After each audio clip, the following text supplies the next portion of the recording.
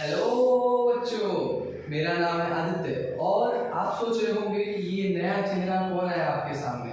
देखिए, मैं आज आप लोगों को क्लास 10 केमिस्ट्री का पहला चैप्टर पढ़ाने जा रहा हूँ जिसका नाम है केमिकल रिएक्शन एंड इक्वेशन।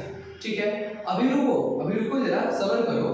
पहले चैप्टर को पढ़ो, समझ में आएगा, फिर मुझे कमेंट करना कि अच्छे से समझ में आया या नहीं आया। कोई भी डाउट है तो आप कमेंट सेक्शन में लिखकर हमें बता सकते हैं। तो देखिए, सबसे पहले हमें पढ़ना है केमिकल रिएक्शन। क्या पढ़ना है? Chemical reaction.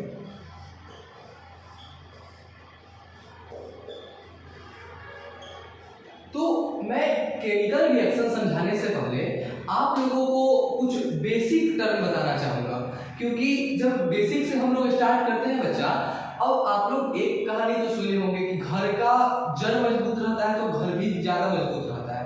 तो आप लोग का जब बेसिक्स क्लियर होगा अच्छे से, तभी ना आप लोग इन सभी टॉपिक पे कॉन्सेप्ट क्लियर कर पाओगे। अभी देखो, सबसे पहले आपको मैं बताना चाहूंगा क्या कि केमिकल रिएक्शन से ठीक पहले फिजिकल चेंज के बारे में, कि फिजिकल चेंज क्या होता है, व्हाट इज फिजिकल चेंज। देखिए, जब भी बच्चा आपसे कोई भी क्वेश्चन पूछे कि फिजिकल चेंज क्या होता है, फिजिकल चेंज, सबसे पहले आपके सामने जब भी कभी प्रश्न आए कि फिजिकल चेंज क्या होता है, तो आपको क्या कहना है कि जब हम किसी भी सब्सटेंस में कोई चेंज करने की प्रयास करते हैं लेकिन उसमें कोई चेंज नहीं आया। कहने का मतलब है कि जैसे कि हमने अभी एक पेपर ले लिया, ठीक है, पेपर को बच्चा मैंने क्या किया, फाड़ दिया। तो एक बात बताइएगा, क्या पेपर फाड़ने से पहले क्या था? पेपर फाड़ने से पहले भी पेपर ही था और फाड़ने के बाद भी पेपर ही है। मतलब कि वह चीज जिसमें कोई चेंज नहीं आया, उसके प्रॉपर्टी में कोई चेंज नहीं आया, उसको हम फिजिकल चेंज कहते हैं। आपको फिजिकल चेंज क्लियर हुआ। अब आते हैं सेकेंड टॉपिक पे, जो इस चैप्टर का मेन टॉपिक है, वह है बच्चा केमिकल रिएक्शन। तो जब भी हम लोग केमिकल रिएक्शन का बात करते हैं, थोड़ा ध्यान से बोर्ड पर देखिएगा, आपको कॉन्सेप्ट प्लस नोट्स दोनों एक साथ लिखाऊंगा। देखिए बच्चा, सबसे पहले क्वेश्चन है क्या कि केमिकल रिएक्शन क्या होता है, व्हाट इज केमिकल रिएक्शन। आप लोग सबसे पहले तो ये टर्म सुने होंगे कि केमिकल रिएक्शन क्या होता है। आप लोग सबसे पहले ये टर्म सुने होंगे कि केमिकल रिएक्शन होता क्या है। तो केमिकल रिएक्शन कहने का मतलब है कि जब भी एक या एक से ज्यादा सब्सटेंस मिलकर के, क्या कहा मैंने, जब भी एक या एक से ज्यादा सब्सटेंस मिलकर एक या एक से ज्यादा नए सब्सटेंस को बनाए विथ न्यू प्रॉपर्टीज, उसी को हम लोग कहते हैं केमिकल रिएक्शन। नहीं समझ में आया? रुको फिर से समझाते हैं। देखो, अभी सबसे पहली बात कहने का मतलब है कि in which process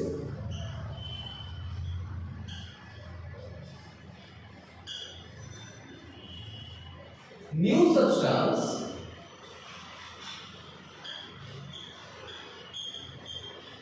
with new properties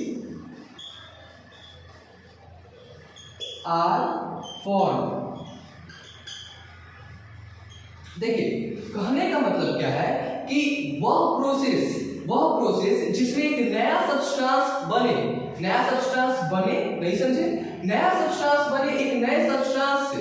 जैसे कि एक बात मैं पूछूंगा, देखिए, जैसे कि हम लोग हाइड्रोजन लिए, हाइड्रोजन क्या है, गैस है, फिर ऑक्सीजन ले लिए, क्या मैं एक बात पूछूंगा कि ये वाटर बनाएगा या नहीं बनाएगा? बनाएगा, जाहिर सी बात वाटर बनेगा। क्यों? क्योंकि इसमें हम लोग देखें क्या कि दो सब्सटेंस मिलकर के एक सब्सटेंस का फॉर्मेशन किया है। ठीक है, अब मैं ये भी कह सकता हूं कि ये दोनों जो सब्सटेंस था सो गैस के फॉर्म में हो सकता था, ये दोनों सब्सटेंस गैस के फॉर्म में हो सकता था, लेकिन जो वाटर है वह लिक्विड के भी फॉर्म में तो होगा या नहीं होगा? आया बात समझ में? मतलब कि जब हम हाइड्रोजन को ऑक्सीजन के साथ रिएक्ट करवाएं तो मेरा जो सब्सटेंस फॉर्म हुआ वह हुआ वाटर। वाटर हुआ। वाटर होने का क्या मतलब है कि यहाँ पर पहले तो दो अलग सब्सटेंस थे, उनसे एक नया सब्सटेंस बना जिसका एक नया प्रॉपर्टी है। मतलब क्या कि पहले जो सब्सटेंस था वह गैस था और अभी जो सब्सटेंस है वह लिक्विड है। मतलब चेंज आया कि नहीं आया। दूसरा अगर एग्जांपल का मैं बात करूं, अगर मैं दूसरे एग्जांपल का बात करूं बच्चा, तो एक और एग्जांपल मैं आप लोगों को दूंगा कि जब भी हम बच्चा मैग्नीशियम रिबन को in the presence of oxygen, magnesium ribbon को in the presence of oxygen जलाते हैं तो बनता है MgO। MgO। अब आपके मन में एक सवाल जरूर आएगा कि सर ये जो मैग्नीशियम है उसके पहले दो काहे लिखे हैं, ये मैग्नीशियम ऑक्साइड है उसके पहले दो काहे लिखे हैं, वो भी बताएंगे।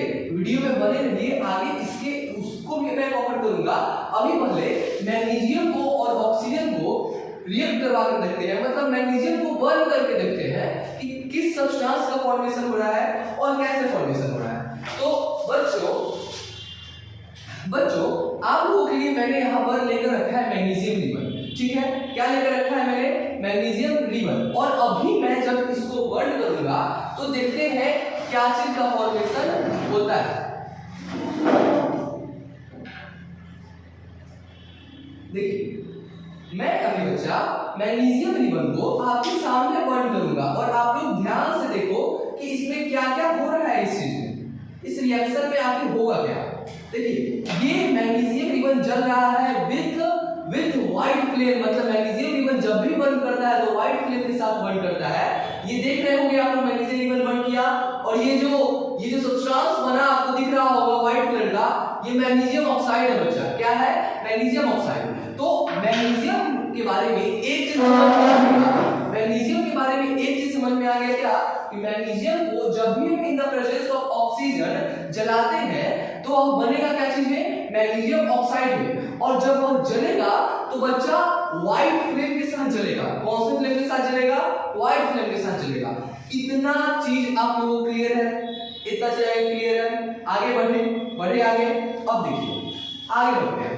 अब एक चीज मुझे बताना आप लोग कि जैसे कि सोहन लड़का है, अब उसके पास लड़का होने का तो प्रॉपर्टी होगा ना कि उसके पास दाढ़ी है, मूंछ है, तो वह लड़का है, होगा कि नहीं होगा? ठीक। अब देखिए ठीक उसी तरीके से किसी जगह पे केमिकल रिएक्शन हुआ है या नहीं हुआ है उस चीज को समझेंगे।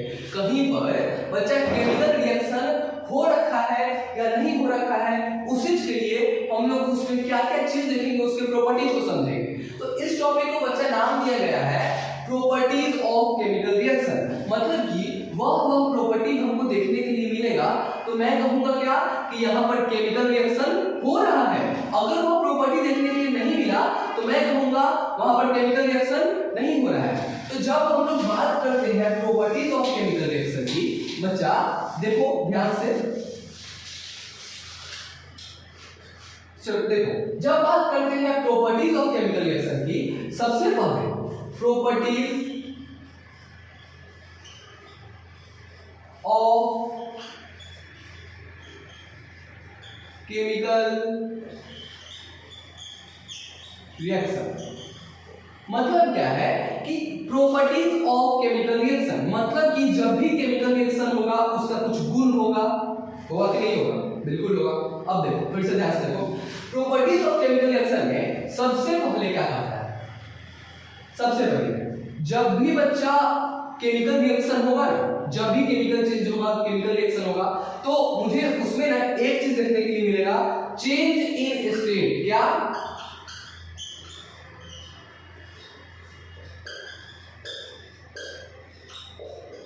बच्चा हमें उसमें देखने के लिए मिलेगा क्या? Change in state. स्टेट कहने का मतलब क्या? आप जिस राज्य में रहते हो वो स्टेट ना बच्चा।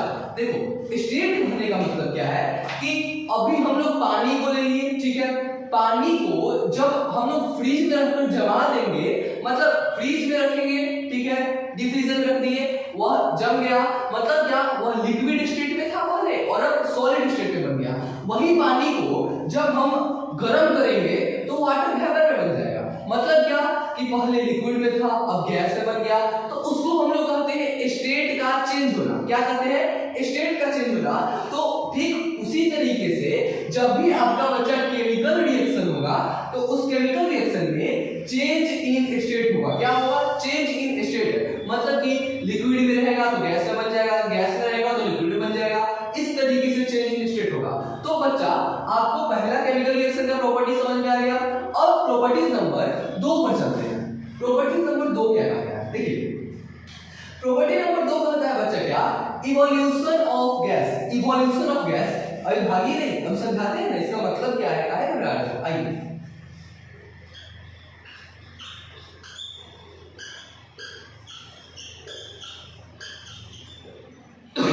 देखिए इवोल्यूशन ऑफ गैस क्या करता है। जब भी, जैसे कि मैं आपको अगर एग्जांपल लेकर के बताऊं कि कभी देखो हाइड्रोजन गैस का इवेपोरेशन होते हुए, इवेपोरेशन होते हुए ना, इवेपोरेशन नहीं, उसको इवोल्यूशन कहेंगे, ठीक है। देखिए मैं ऑफलाइन में भी पढ़ाता हूं तो मैं जानता हूं कि बच्चा इवेपोरेशन में और इवोल्यूशन में बहुत कंफ्यूजन रहता है, ठीक है।